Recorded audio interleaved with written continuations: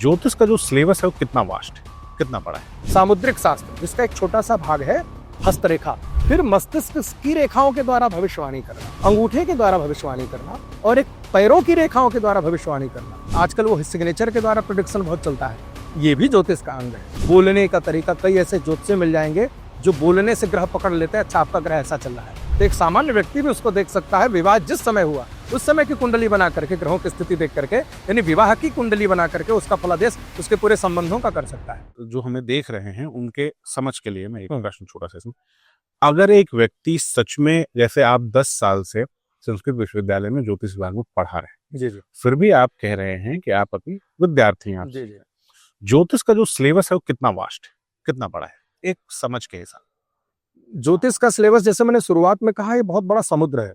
यानी मैं कहूं कि जैसे ज्योतिष जो समाज में लोग जानते हैं, जैसे कुंडली के द्वारा भी फलादेश किया जाता है, तो ज्योतिष का एक बहुत छोटा सा एरिया है। इसी कुंडली में भी कई एरिया है।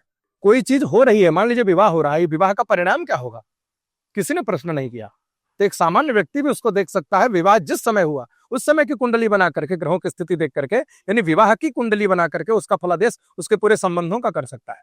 यानी जिस समय हमारे मुख्यमंत्री जी शपथ ले रहे हैं उस समय की कुंडली बना करके पूरे उनके कार्यकाल का भी निरीक्षण किया जा सकता है, परीक्षण किया जा सकता है। तो ये कितने भाग इसी पर हो गए, यानी कुंडली की कितनी शाखाएं होंगी और सबका अध्ययन अलग अलग होता है। अब आते हैं दूसरी तरफ, सामुद्रिक शास्त्र जिसका एक छोटा सा भाग है हस्तरेखा, यानी सामुद्रिक एक शास्त्र है जो ज्योतिष का ही एक भाग है, उसमें एक हस्तरेखा है छोटा सा। तो हस्तरेखा में भी वही अलग अलग चीजें, फिर मस्तिष्क की रेखाओं के द्वारा भविष्यवाणी करना, फिर अंगूठे के द्वारा भविष्यवाणी करना और एक पैरों की रेखाओं के द्वारा भविष्यवाणी करना। ये इसमें भी 4 हो गए।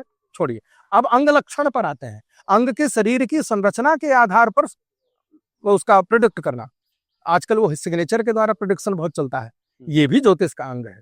यानी व्यक्ति की लिखावट, व्यक्ति के उठने बैठने का तरीका, बोलने का तरीका, कई ऐसे ज्योतिष मिल जाएंगे जो बोलने से ग्रह पकड़ लेते हैं, अच्छा आपका ग्रह ऐसा चल रहा है। इतनी विधा और आते हैं अंक ज्योतिष, फिर उसके बाद वास्तु, रमल ज्योतिष जो पासों के आधार पर बताती है।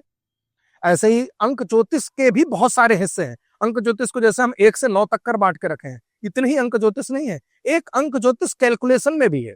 किसी व्यक्ति ने प्रश्न किया कि कोई व्यक्ति घर से भाग गया है, कोई व्यक्ति बीमार है, कोई व्यक्ति की नौकरी ढूंढ रहा है, वहां पर भी कुछ चीजों को जोड़ करके एक प्रॉपर मेथड है, यानी वहां अंकों का उपयोग करके प्रेडिक्शन किया जाता है।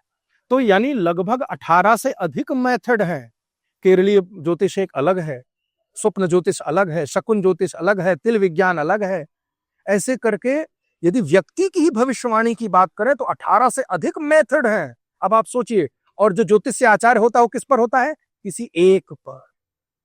तो आप समझ सकते हैं केवल व्यक्ति की भविष्यवाणी करने के लिए कितने सारे मेथड हैं, और उनको पढ़ने के लिए उसको 10 से 12 साल लगता है एक मेथड को पढ़ने में।